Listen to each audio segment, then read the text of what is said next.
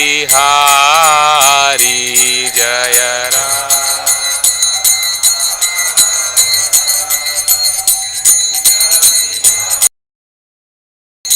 हरे कृष्णा कृष्णा कृष्णा हरे हरे हरे राम राम राम हरे हरे हरे कृष्णा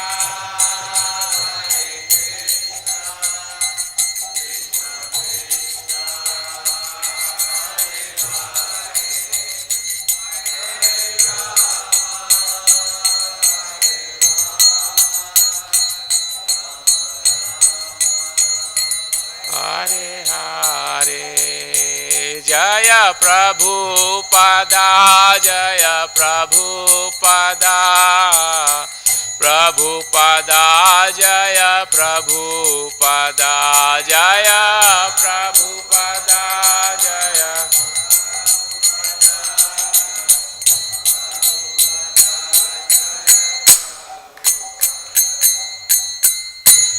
जय ओम विष्णुपाद परमहंस परिव्राजक आचार्य स्तोत्र षट His Divine Grace A.C. Bhakti Vedanta Swami Srila Prabhupada की जय गौर प्रेमानंदे हरि हरि बोल। ओम नमो भगवते वासुदेवाय।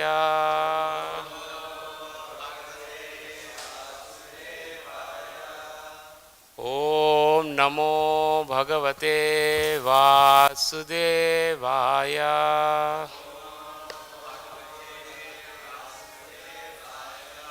ओम नमो भगवते वासुदेवाय।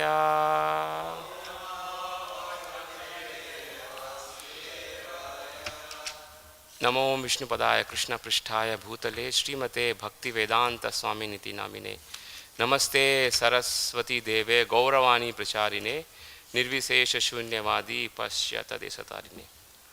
जय श्री कृष्ण चैतन्य प्रभु नित्यानंद श्री अद्वैत गदाधार श्रीवासादि श्री श्री गौर भक्त वृंद। हरे Krishna Krishna Krishna Hare Hare Hare Ram Ram Ram Hare Hare. We'll chant word to word and then we'll chant the verse. Aho bata śva-paco ata garīyān yaj-jihvāgre vartate nāma tubhyam tepus te juhuvuḥ sasnur āryā brahmānūcur nāma gṛṇanti ye te aho bata śva-paco garīyān yaj-jihvāgre vartate nāma tubhyam tepus tapas te juhuvuḥ sasnur āryā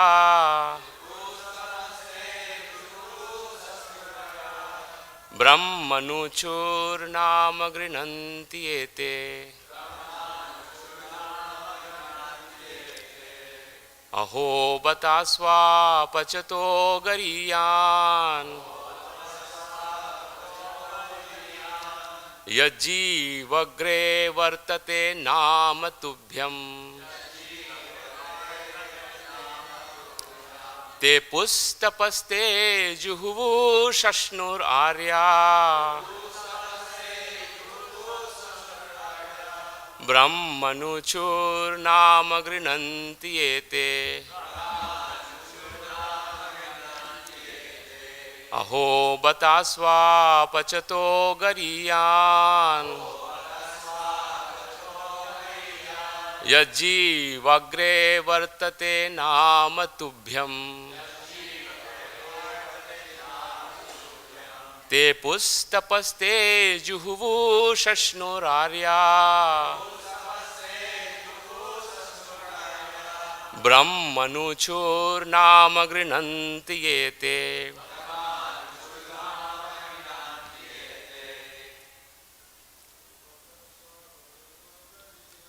Aho bata śva-paco garīyān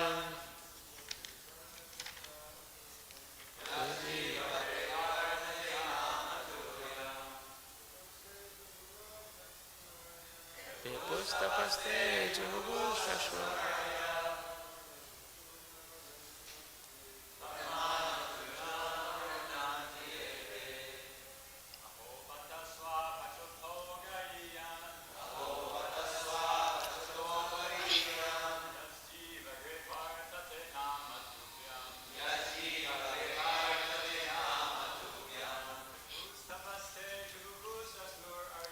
tepus tapaste juhuvuḥ sasnur āryā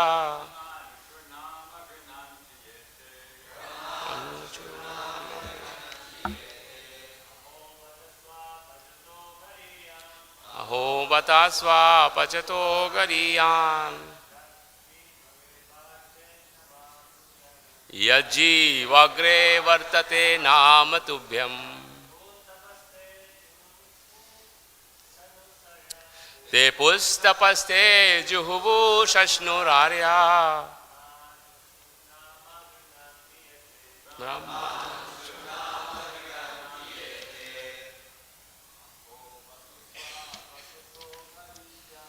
aho bata śva-paco garīyān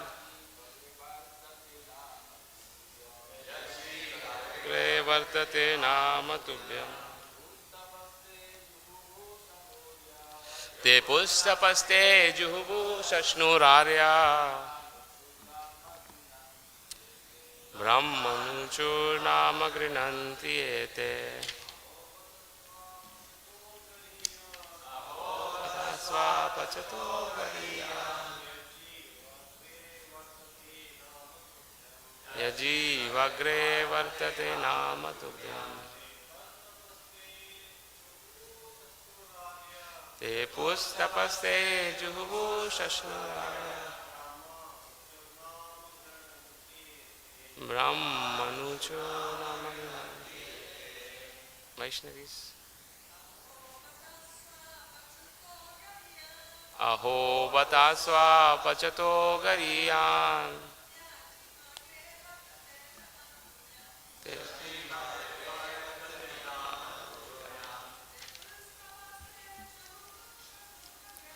tepus tapaste juhuvuḥ sasnur āryā brahmānūcur nāma gṛṇanti. Aho bata śva-paco garīyān yaj-jihvāgre vartate nāma tubhyam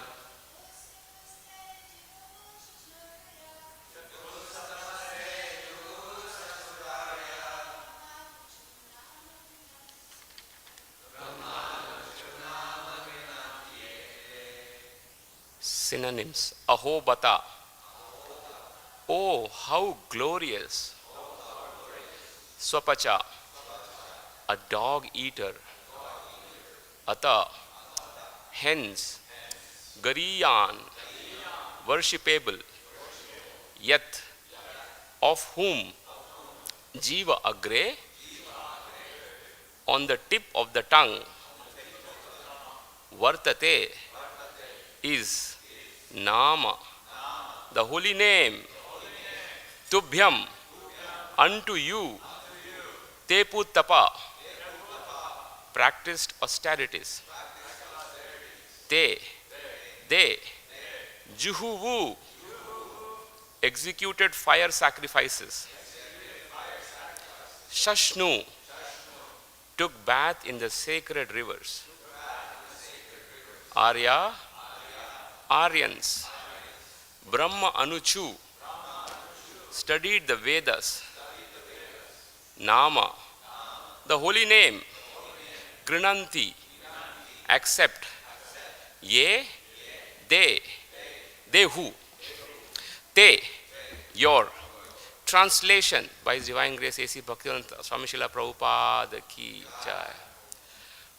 Oh, how glorious are they whose tongues are chanting your holy name. Even if born in the families of dog eaters, such persons are worshipable.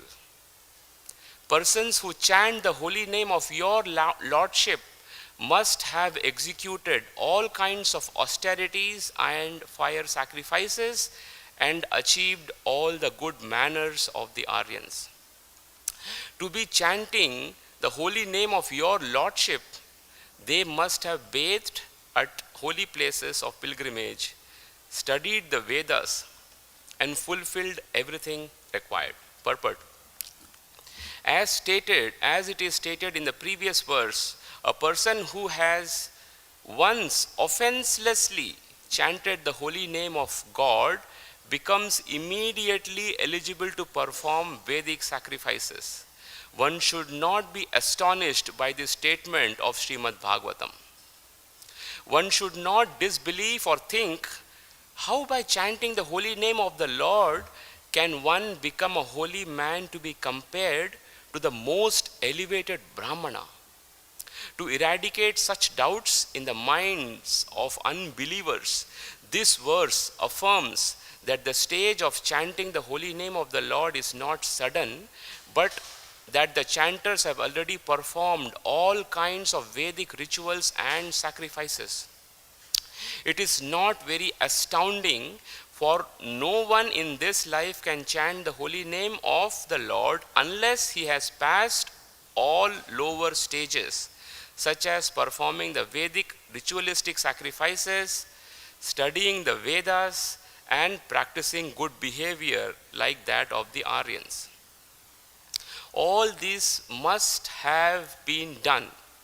Just as a student in a law class is to be understood to have already graduated from general education, anyone who is engaged in chanting of the holy name of the Lord, Hare Kṛṣṇa, Hare Kṛṣṇa, Kṛṣṇa Kṛṣṇa, Hare Hare, Hare Rāma, Hare Rāma, Rāma Rāma, Hare Hare, must have already passed all lower stages.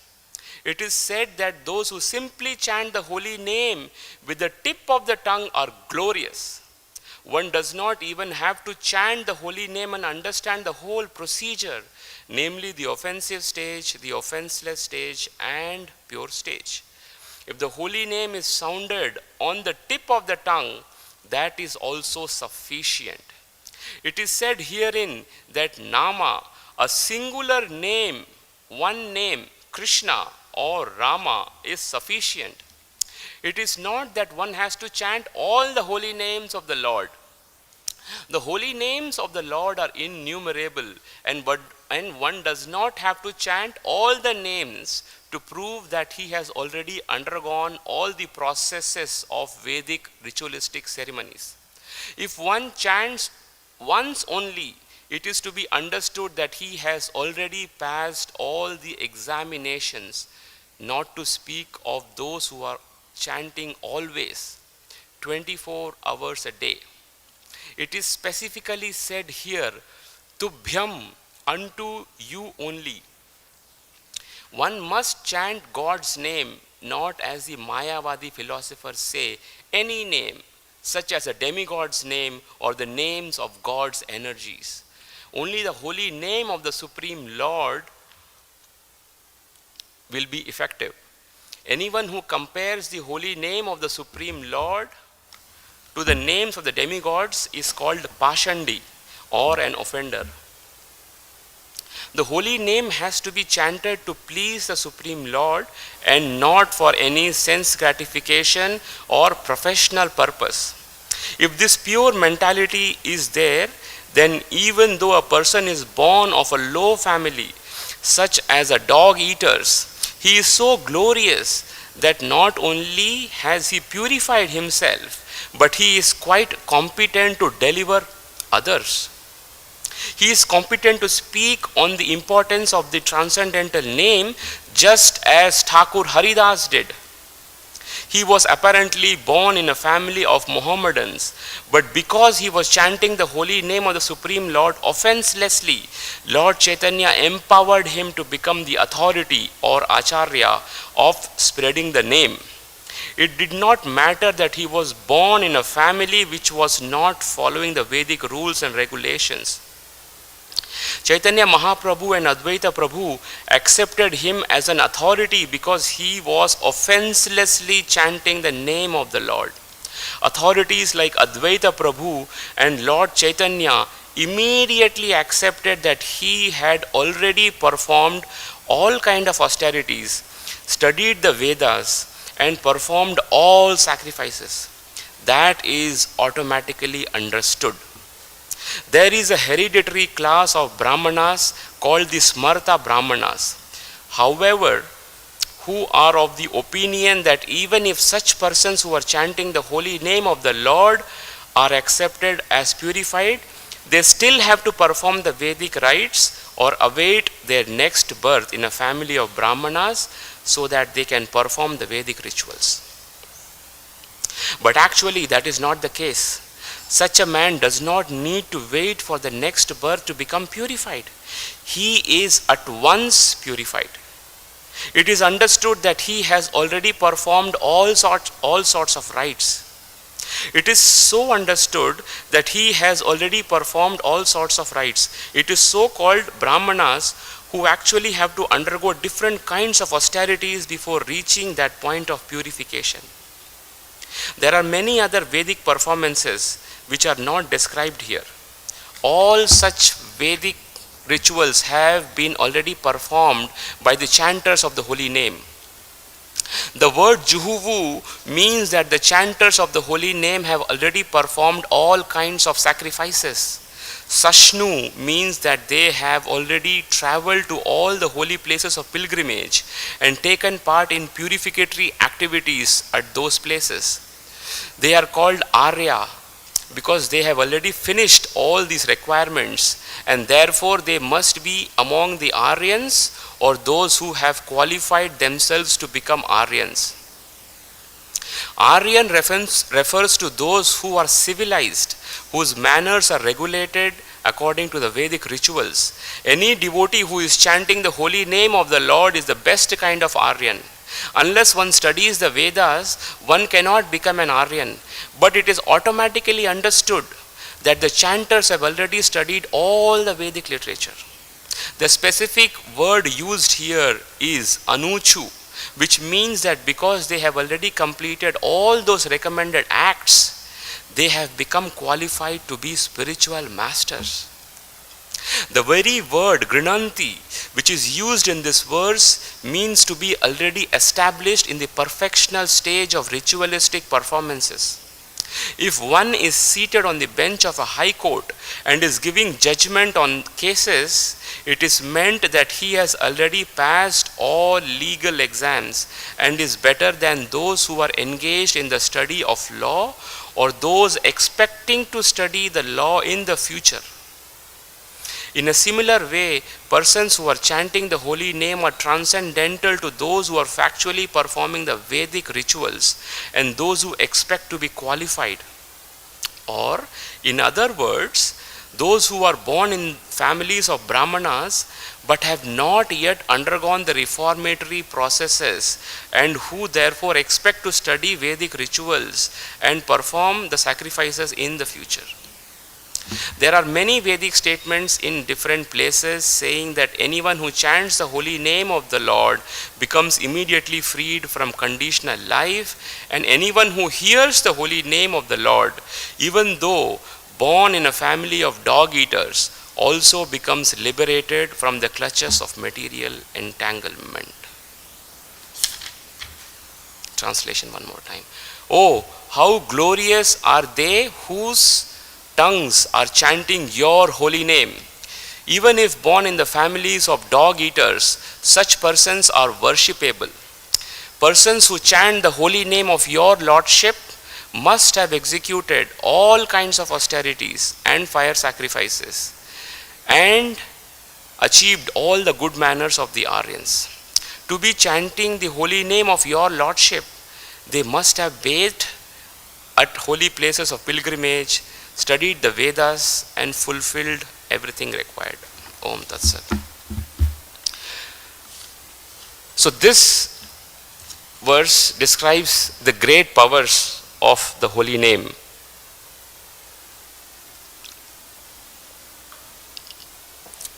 I mean, if you look the purport, which goes beyond like almost 3 pages, Prabhupada is trying to emphasize the power of the holy name. So as given in this verse, right, Vedas are considered to be non-different than the Supreme Lord, because it comes from the Supreme Lord. Anything emanating from Supreme Lord is as good as Supreme Lord. His energy, Shakti and Shaktiman, they are considered same. So Vedas, studying the Vedas is mentioned here, is good because they are authoritative and they purify. And that's exactly it's mentioned here. They purify. What does they purify? They purify the life and existence, and purify from material attachments, sinful activities, so on and so forth. So in that way, Vedas are very, we can say, praised in our Vedic scriptures. And it is praised because it enables the jiva to gradually rise from lower gunas to the highest guna, which is sattva guna. So it is praiseworthy in that way because it is helping the jiva. But at the same time, it is also rejected. Why? Because there is a limitation. This activities of austerities, it is mentioned here, tepus, tapa. Practicing austerities, it is good. By practicing austerities, you become purified, you become detached. Juhuvuḥ, practicing fire sacrifices. Sasnur, taking bath in sacred rivers. Studying the Vedas, brahmānūcur. All this is mentioned in the Vedas, which is good. But not so good part of that is it takes a jiva only until sattva guna and it just stops there. You cannot go beyond that. So doing these things is good, is praiseworthy, but when you look at Bhagavatam, which is the conclusion of all the scriptures, in the beginning of that Bhagavatam itself, it rejects kaitava dharma. We don't want that kaitava dharma. So in that way, it has a limitation. It can go up to sattva guna. And when somebody reaches sattva guna, he gets qualified to read, or he is qualified for jnana kanda, which means then he can really apply the knowledge in his life and try to detach himself from the material world, material reactions. Why? Because he wants mukti. He wants liberation.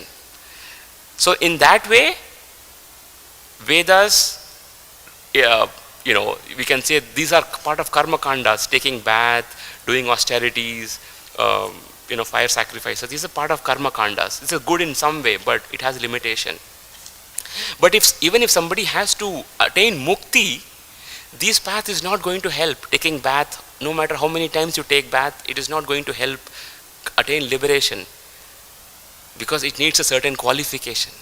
And that qualification comes when you actually engage yourself in jnana kanda, which is described in Upanishads and other scriptures.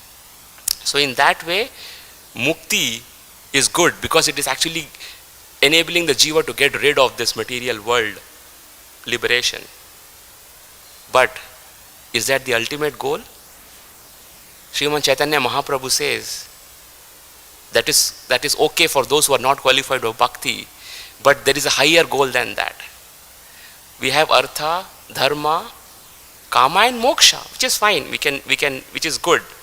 But out of these 4 purusharthas, Mahaprabhu said there is a higher goal, 5th purushartha, and that is Krishna prema. And even from this jnana kanda, even mukti cannot give you Krishna prema, because that process is totally different. And that process is only bhakti yoga. And in that bhakti yoga, this verse is actually like a pivotal verse, is explaining that in in all the processes, like Upanishads and our Puranas, Itihas, it is a conclusion that Karma Yoga, Jnana Yoga, Ashtanga Yoga are there, but the highest is Bhakti Yoga. There's nothing beyond that.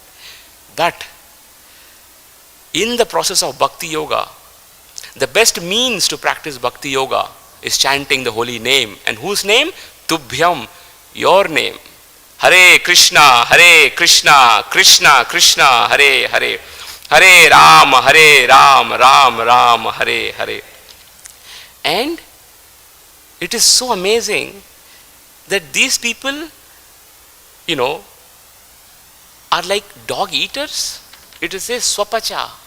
Śva-paco literally means somebody who's cooker. He's cooking dog. And he's a dog eater because I'm assuming he cooks and then he will eat. And Prabhupada writes in the translation, he's a dog eater, while in the actual literally means it is śva-paco. Like in Bhagavad Gita, Krishna says, Ye pachanti atma karana. Same pachanti. If you are not offering if you're eating without offering to Krishna, you're just eating sin. Same pacha. Śva-paco. Swa means dog. He is a dog cooker and he eats the dog. Why does he end up in that situation in Varnashram Dharma that he has to get birth in a dog eater's family? Karma. Because of his sinful reactions, worst sinful reactions, he is actually not even Varnashram Dharma. He is outside. He is an outcast. Because you just have Brahmana, Kshatriya, Vaishya and Shudra. But he is a dog eater. He is like an outcast, like a Chandala. But even if that person is chanting holy name, and he is not even chanting fully, he is just chanting yaj-jihvāgre. He is almost chanting. He is chanting at the tip of the tongue. But when he does that, he becomes higher than anybody else. He is higher than the Brahmana who has been doing all his Panchakarma Yajna, and he is studying his Vedas and he is doing everything. Why? Because the holy name is all powerful. Because that holy name is so powerful that even if person who is actually in the lowest of the society, he's actually not even society, he's outcast. But even if he is almost chanting on the tip of the tongue, he is considered to be the most highest. What does it mean? That somebody who was born in a dog eater's family because he has a very bad karma, and that is a prarabdha karma of that life, that karma they have to live through. Like if you talk to some of the other people who follow Jnana Kanda and Karma Kanda, for them karma is whatever you have attained in that life. Like for example, if you are a Vaishya, you have to go through that karma of Vaishya. You cannot progress into next ashram or in Varna in that life. You have to practice and then gradually progress into that life, which means for generally the prarabdha karma is very, very difficult to overcome. Of course, by doing Jnana Kanda, you can get rid of the karmas, but prarabdha karma, no. You have to go through whatever the karma you have to go through. And but in case of Bhakti Yoga, this dog eater who actually was born because of his karmic reactions, the lowest, just by chanting the holy name, he is immediately promoted to be higher than a Brahmana.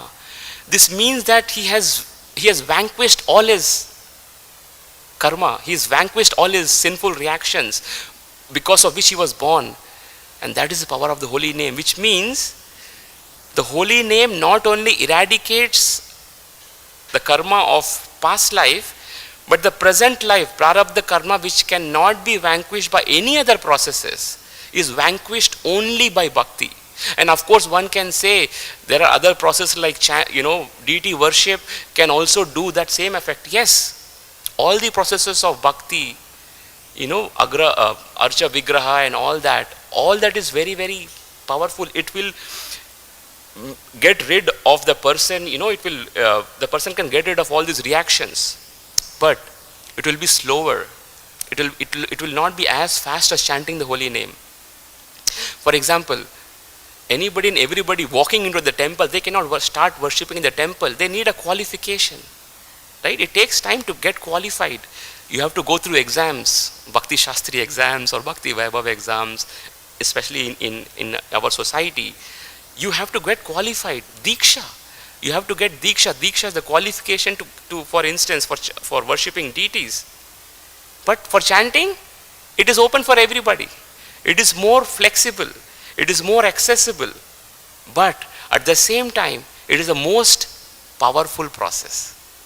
And if you look at the case of Haridas Thakur, today happens to be his disappearance day of Srila Haridas Thakur. He was born in a Mohammedan family, which means he's practically an outcast. So even until the time of Sriman Chaitanya Mahaprabhu, even in India, he was chanting the holy name, but they never accepted him. He was not allowed to enter Jagannath Mandir. The Pandas there rejected him. No, you cannot enter because you're born in a Mohammedan's family. But Mahaprabhu and Advaita Acharya, it is mentioned in this purport, they accepted him as an Acharya, nāma Acharya. Why? Because of Bhagavatam's conclusion. So even if you look at the life of Sriman Chaitanya Mahaprabhu, he followed Varnashram Dharma. He was born in a Brahmana family, he took sannyas as per Varnashram Dharma. But he also rejected it after some time. Because when he disappeared, and today is his disappearance day, on the day of his disappearance, Mahaprabhu not just embraced him, but he lifted his whole body and he danced with that body, glorified that you are the best of all the devotees. You are the nāma Acharya. You are the Acharya of this holy name, which is you are the highest, but you were born in a very low family. He rejected that status of whatever family you were born. Why? Because of his qualification of chanting Krishna's holy name 24 hours. Prabhupada mentions in this part, but 24 hours. So in that way, Mahaprabhu rejected. Mahaprabhu, he's a sannyas, he should not be even talking to them, but he used to embrace him, meet him every single day, and he used to give him Jagannath Prasad because he wouldn't be entered into the Jagannath Mandir. Similarly, Mahaprabhu even had his meals in the house of Subuddhi Rai. He was like sprinkled water by a Mohammedans and he was rejected. You are outcast now. But Mahaprabhu had his prasadam at his place because he knows that is not the final conclusion. So even though this is there in the scriptures, that holy name is all powerful, anybody who chants the holy name, they become the highest. But people don't understand this. They don't have the right understanding. And that's why in the Gita, Krishna says this is guhya, this is secret. Even though it is not secret in one way, because it is mentioned in everywhere in the scriptures, that holy name is very powerful and it is repeated many, many times. But people don't understand this. In that way it is secret. So,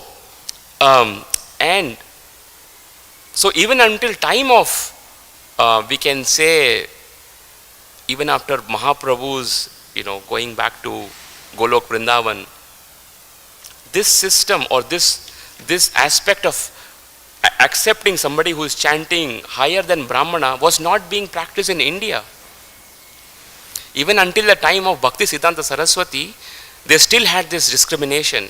So when Bhakti Siddhanta Saraswati was initiating devotees, the Smarta Brahmanas, it is written in this purport, the Smarta Brahmanas were criticizing Bhakti Siddhanta Saraswati Prabhupada that how come you are actually allowing somebody who is not born in a Brahmana family and you are initiating them and they are worshipping the deities. To resolve that conflict, he did a very revolutionary thing which is very glorifying. He took this verse. On basis of this verse, he said, okay, now you are chanting the holy name, you are higher than a Brahmana. I will give you Diksha. And with Diksha, I will also give you sacred thread. I will give you the punal, sacred thread which you wear when you get a Brahmin Diksha. And through that, he also resolved that conflict of the Smarta Brahmanas, that now you cannot criticize my devotees because now they are also chanting Brahma Gayatri. They have got a Vedic Diksha now. So when we say we want Brahmin Diksha, our intention is not to become a Brahmana, because we are Vaishnavas, and Vaishnavas are Brahmanata, they are like higher than Brahmanas. So the point is, holy name is all powerful, but people, even if it is there in the scriptures, they don't get to this point and understand the true meaning of the scriptures.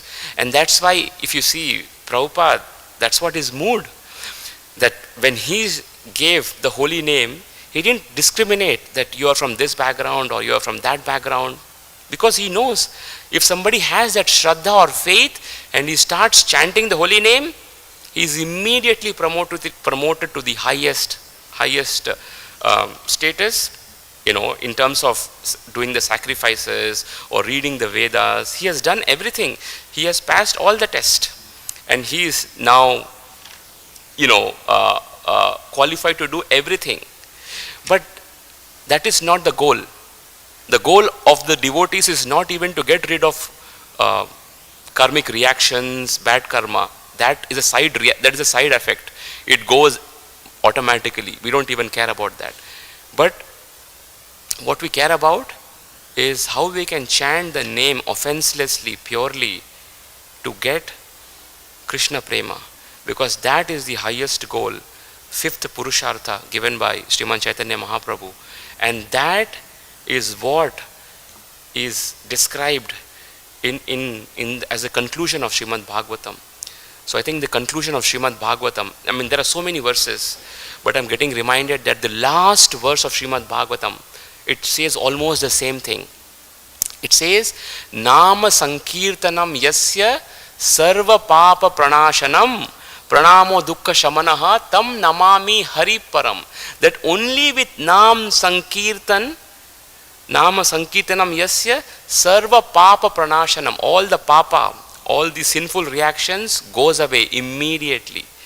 And just by offering your obeisances to the Supreme Lord, or just by remembering Him, you become qualified for all these, which other Smarta Brahmanas say you may not be qualified because maybe you were born in a different Varna, you are not in Brahmana. Anyways, so in that way, this is the verse, the pivotal verse, which is actually describing that for those who are actually even born in a dog-eater family, just almost beginning to chant, they become qualified to do fire sacrifices, they become qualified to read Vedas, they have all the merits of taking bath in all the holy rivers, and all those, and becoming even Āryans. They are the best mannered people. What to talk about those devotees who are actually chanting with love and devotion, that they want to serve Krishna. Their status cannot be even described. What is their status? Because this is the power of the holy name. And that power of the holy name is what is given as the conclusion by Srimad Chaitanya Mahaprabhu. Hare Rāma, Hare Rāma, Hare Rāmaiva Kevalam. Just holy name. So, but somebody can say, okay, I will just chant holy name, I won't do anything else. I won't do any seva, I won't do cooking. Fine. So holy name can give you everything. But other processes complements our attraction to holy name. So the more we read Bhagavatam in the right conclusion, from the right angle, we will get more attachment to the holy name. More attachment to holy name means you will get more attachment to seva. And it's a complementary process. It keeps on going, growing. So in that way, we have to appreciate that the conclusion of Śrīmad-Bhāgavatam is that Krishna is Swayam Bhagavan. He is the Supreme. Of course, there are many Supreme forms, but in that, Krishna is given a very, very special position, Swayam Bhagavan. And to attain Krishna, the best, of course, the only means is bhakti. Bhaktyamam abhijananti. Only bhakti is the process. But in all the realm of bhakti and all the process of bhakti, chanting of the holy name is the best of all the processes and the most powerful process for this fallen age of Kali Yuga. Hare Kṛṣṇa, Hare Kṛṣṇa, Kṛṣṇa Kṛṣṇa, Hare Hare. Hare Ram, Hare Ram, Ram Ram, Hare Hare. So I invite reflections, questions, comments.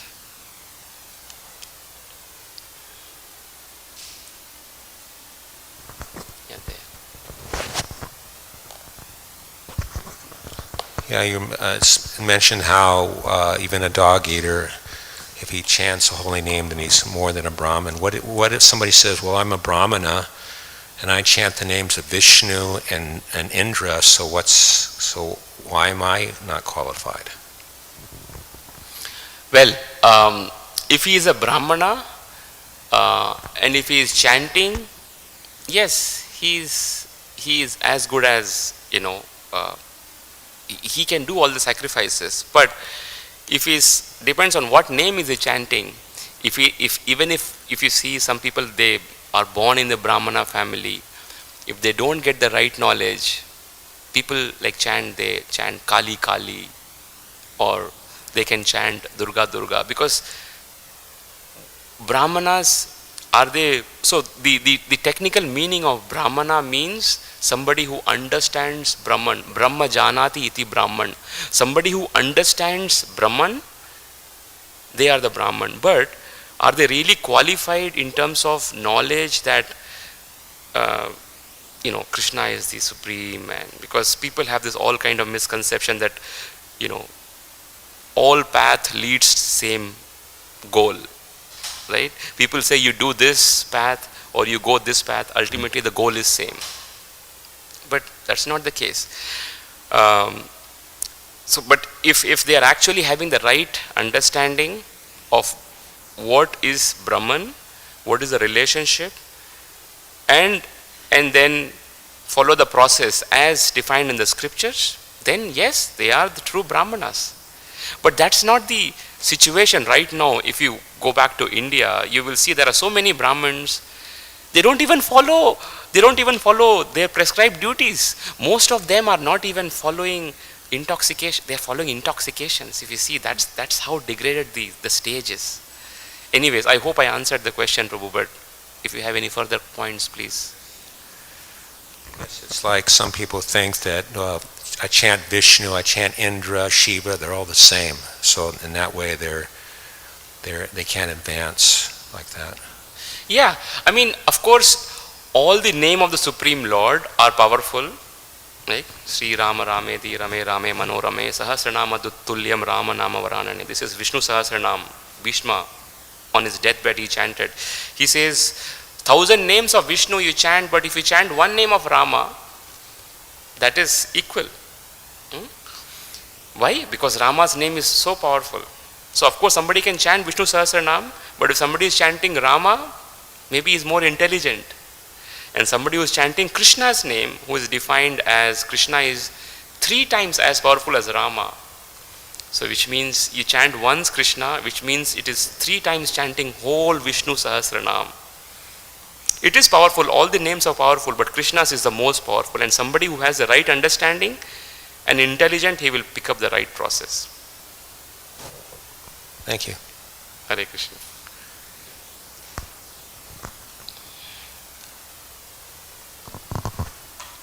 Hare Krishna, thank you for the enthusiastic class. You mentioned this instruction in the purport, which Prabhupada repeats, the tip of the tongue. Now, how I had read it was not the same way it was interpreted in the class. That it doesn't mean that what your interpretation, whether it's right or wrong, that one has barely uttered.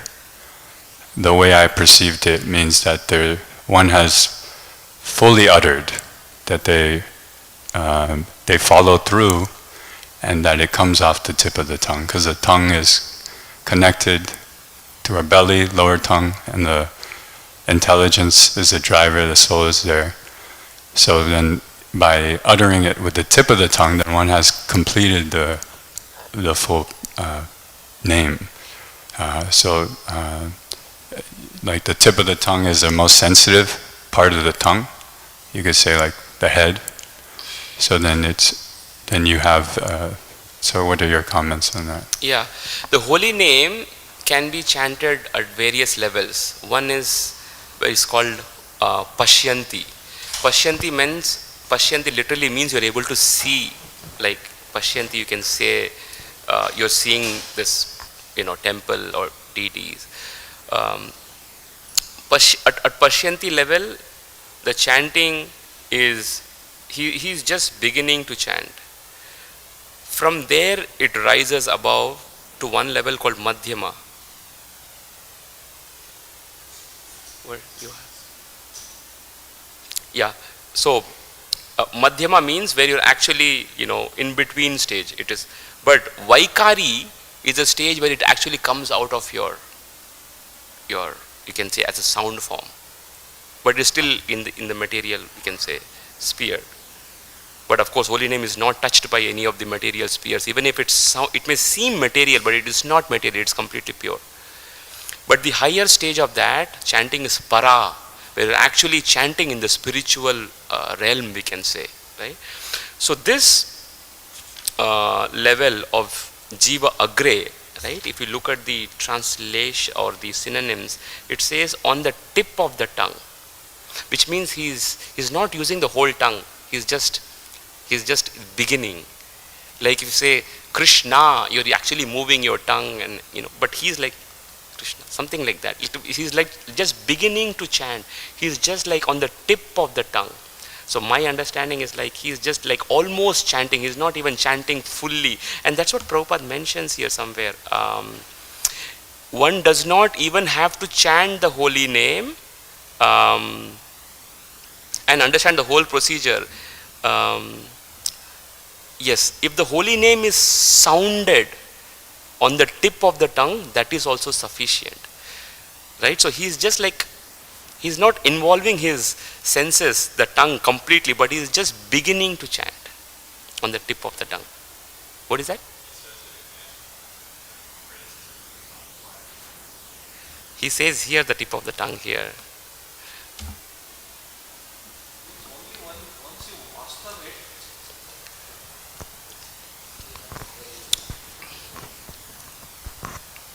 Hello. Hare Kṛṣṇa. Hare Kṛṣṇa, thank you for the lecture this morning. So I'm reflecting a lot on the name and the chanting because I've begun my chanting. Yeah. And I when you said that really all you need is the name of Krishna and this mantra, the name of the Creator, I was like, no, that's not all you need. You also need like to live and do seva and participate in all these things. And then and so I had that immediate objection where I was just like, that's called spiritual bypassing, right? Where you're just like, only this thing and that's all you need and forget everything else. But then you said, if you chant Krishna, it inspires seva, right? So it starts to trickle down and affect and create pure actions and pure activities through our bodies. And that's like the purification. So I just wanted to share that reflection, my immediate like, trust me, the name is not all you need. Like we have bodies, we have other things we need to do, but doing it with Krishna consciousness, and the name is a link or a bond to that Krishna consciousness in our lives. That's my thought, and if you have anything. No, thank you. Of course, Yeah. When I say chanting is the only thing, it means it is the most important aspect. Of course, we have material body, we have to maintain that, we have to eat, sleep, take rest, work, earn so that you can maintain your family. So all that is there. But all this is there for one single purpose, to develop that attraction towards Krishna. And that development of attraction towards Krishna, the best and easiest process and the most powerful process is chanting the holy name. So, yeah, it is. We have to maintain the material aspects, requirements. Yes, you're right. Yes. Yeah. Thank you for the reflection. Hare Krishna. Hare Krishna. Prabhupada mentions that someone who chants the holy names, it's like they've done all the austerities, visited all holy places. And it reminded me of the verse in the Bhagavad Gita where it says, Krishna says, abandon all,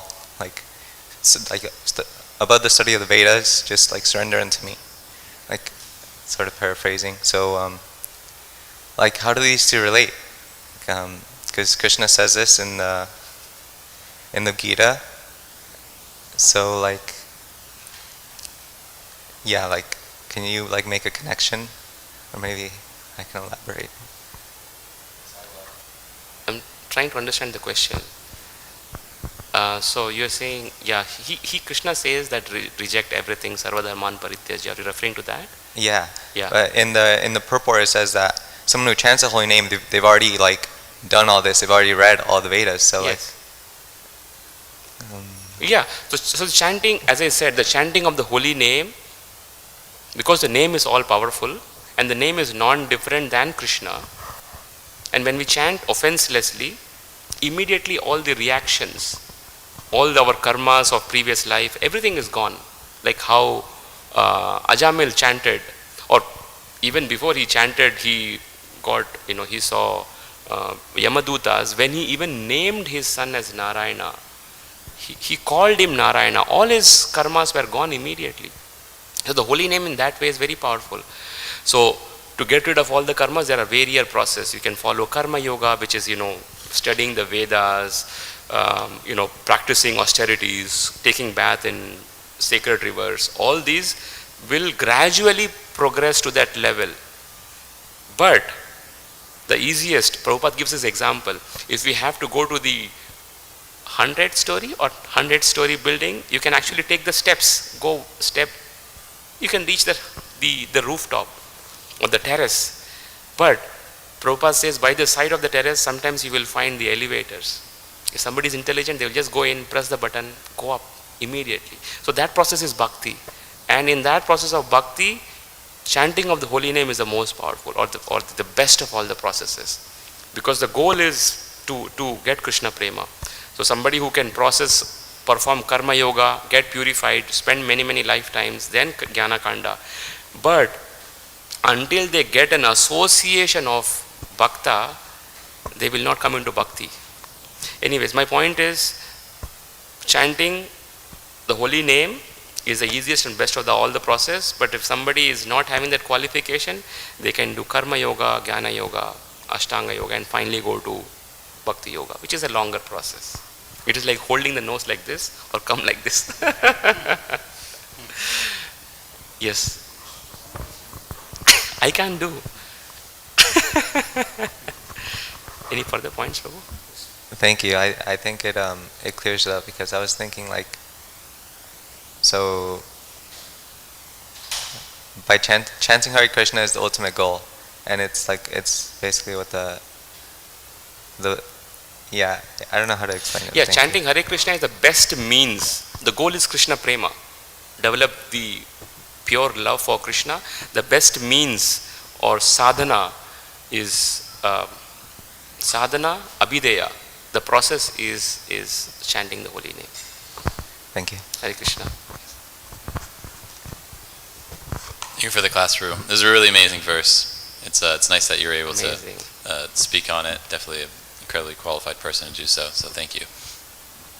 Regarding chanting, how come we see that some people, maybe they've been chanting for many years, maybe a really long time, but they still haven't manifested basic sattvic qualities, say honesty, cleanliness, tolerance, peacefulness, sometimes philosophical misunderstandings. So are they chanting wrong? What's going on here? They're just chanting, but they're not developing these brahminical qualities. Yeah, very good question. I think very valid question. I think Prabhupada mentions here offenseless chanting. We have 10 offenses described in Padma Puran, where we chant every day practically before we get into our japa session, that we have to avoid these aparads or offenses. Yes, it is true that we may see many devotees who may be chanting for many years, but not having the right conclusion, or maybe not having the right behavior. Yes, I think one of the prime reasons could be the sadhana, right? Sadhana means our practice. How in the right mood we are chanting without offenses, and chanting in the right conclusion. One may also see that one may be chanting for many lifetimes, but still they go through so many problems in life. Why their karmas are not going to? What's happening? Because here it is said that somebody who's a dog eater, his karma is vanquished, he is immediately promoted, he is qualified. But we have so many people who chant, but they don't have the right conclusion or right behavior. It's all depends on how. My understanding is that it is all depends on how we practice our sadhana bhakti. If the sadhana bhakti is practiced the right way, as given by acharyas, anya abhilashita shunyam jnana karmadya anavritam, that is the basis of Suddha Bhakti. If you are practicing Suddha Bhakti, then the progress is going to be very quick. But if the practice is not Suddha Bhakti, with, let's say, offenses, there will be progress. They are much better than people who are not practicing at all. They are much better, but the progress will be slow. I think once in the morning walk, Prabhupada was asked, Prabhupada, if somebody is chanting robotically, right? Like just chanting robotically, what will be their destination? Prabhupada said, he said they will have to take 700 lifetimes to continue, whatever. So there is a progress, but the progress will be real slow, because it is checked by the aparads, anarthas and all that. So if somebody is doing bhakti as described by the acharyas, Prabhupada, in the right way, sadhana bhakti is actually going well, then the progress should be fast. Otherwise, it may not be. Prabhu, does it answer to your question? Yeah. Thank you. Just to add to your comment, the Padma Purana says that if one is committing offenses, one should chant Hare Kṛṣṇa. Because by the chanting of Hare Kṛṣṇa, eventually one will become freed from those offenses and one will chant purely. So whether it's offensive, offenseless, whatever motive may be there, that's okay. Because the chanting of Hare Kṛṣṇa is the recommended process in the Kali Yuga. Therefore, the Puranas say, whether you're chanting offensively, offenselessly, chant Hare Kṛṣṇa, because eventually you will chant offenselessly. Yes, totally, Prabhu. Because the remedy for attachment to bhakti is performing bhakti only. You cannot do karma yoga and think my bhakti can become stronger.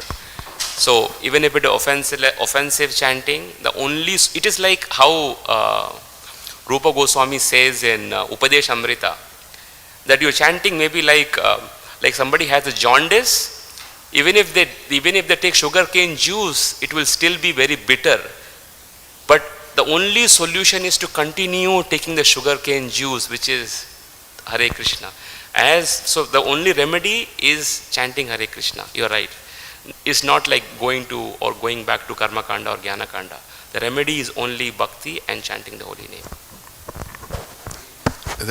Again, because as you mentioned earlier, it's one of the 10 offenses. It's the 8th offense to consider the chanting of Hare Kṛṣṇa as one of the ritualistic activities offered in the Vedas as fruitive activities. So we're not chanting Hare Kṛṣṇa for some ritualistic reason or some fruitive reason, of course.